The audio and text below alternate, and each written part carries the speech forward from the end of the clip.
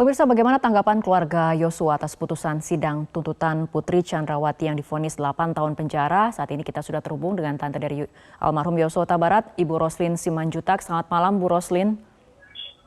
Selamat malam, Mbak Fitri. Bu Roslin, apabila kita dengarkan dalam persidangan hari ini, jaksa penuntut umum menuntut Richard Eliezer dengan pidana 12 tahun penjara, sementara Putri Chandrawati dituntut 8 tahun penjara. Apakah menurut keluarga tuntutan ini sudah merefleksikan rasa keadilan? Kami dari pihak keluarga sangat kecewa atas tuntutan dari JPU. Sedangkan dakwaannya adalah pembunuhan berencana, yaitu pasal KUHP 340. Tapi nyatanya si Putri itu dihukum 8 tahun. Setahunya kami itu pasal 340 itu ya hukumannya berat. Tapi kenapa JPU menghukum dia, memberikan tuntutan kepada Putri 8 tahun. Sedangkan Putri itu dari mulai Magelang, dia menginginkan kematian anak kami almarhum Yosua. Mulai dia mengambil senjatanya sampai dia mengawasi Yosua sampai ke Magelang, dari Magelang sampai ke Duren 3. Di sini Putri sangat aktif ya untuk merencanakan dan menginginkan kematiannya anak kami almarhum Yosua. Tetapi kenapa dia dihukum dengan tuntutan dari JPU 8 tahun?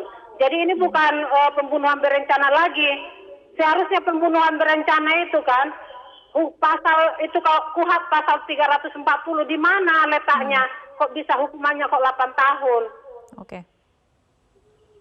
Baik, artinya menurut keluarga tuntutan terutama kepada Putri Chandrawati ini tidak memenuhi rasa keadilan yang diinginkan oleh keluarga almarhum Yosua. Iya Mbak, kami tidak merasa sangat kecewa ya bagaimana kita melihat Putri itu sangat aktif, dia dalangnya, dia yang menelepon suaminya, dia yang memfitnah anak kami almarhum.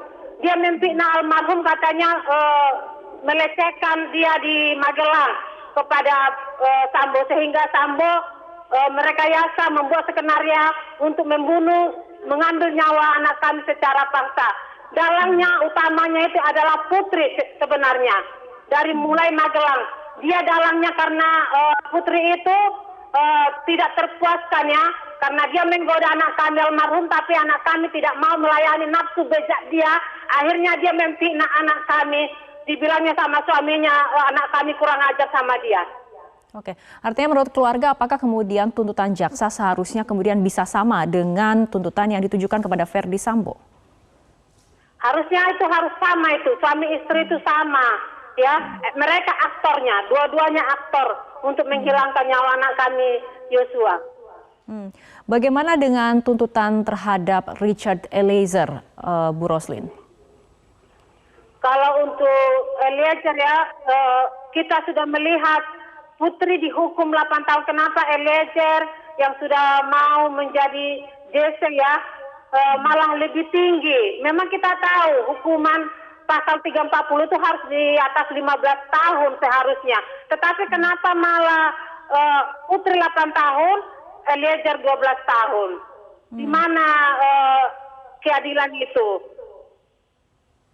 Oke, artinya menurut keluarga almarhum Yosua, hukuman terhadap Eliezer ini menjadi terlalu berat apabila dibandingkan dengan terdakwa-terdakwa lainnya, seperti itu, Bu? Iya, seharusnya kan paling tidaknya dia sama, kalau tidak di bawahnya. Ini malah terbalik hukum di Indonesia. Nampak kali hukum di Indonesia ini tumpul ke atas, runcing ke bawah. Kenapa Anda mengatakan seperti itu, Bu Roslin? Ya, kita sudah melihat ya bagaimana aktifnya dalam aktornya itu adalah Putri. Semua sumbernya dari Putri, tetapi Putri kok dihukum 8 tahun.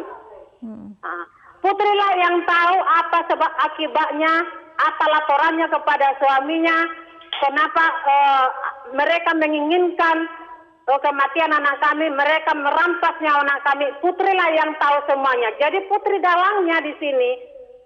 Dia memprovokator suaminya sehingga suaminya emosi atas tuduhan-tuduhan, fitnahan-fitnahan yang disampaikan Putri kepada Sambo. Jadi seharusnya di sini Putri harus dihukum berat. Oke, baik. Artinya apakah kemudian keluarga masih memiliki harapan ataupun mungkin apa keinginan keluarga terutama terhadap majelis hakim yang akan memutus perkara ini setelah kita melihat bersama bagaimana tuntutan JPU terhadap para terdakwa ini? Harapan kami kepada Pak Hakim ya agar lebih bijaksana lagi sebagai dakwaan dari udah hampir 6 bulan kita ya melihat dakwaan yang selalu didakwakan adalah hukuman pasal 340 yaitu pembunuhan berencana. Tapi kita lihat tidak ada ya dakwaan yang dipasalkan 340 ini selama ini dibuktikan hari ini tidak ada dibuktikan untuk tuntutan dari JPU.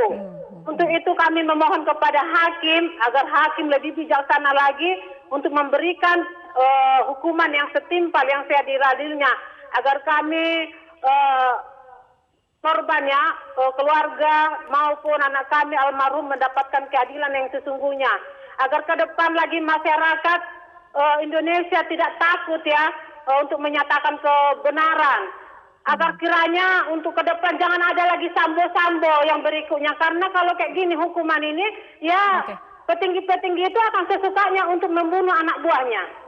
Oke, baik Bu. Mengenai pembuktian yang tadi sempat Ibu Roslin katakan, apakah menurut Anda jaksa ini ataupun JPU sudah melakukan upaya pembuktian secara optimal selama kemudian Anda melihat proses persidangan berlangsung?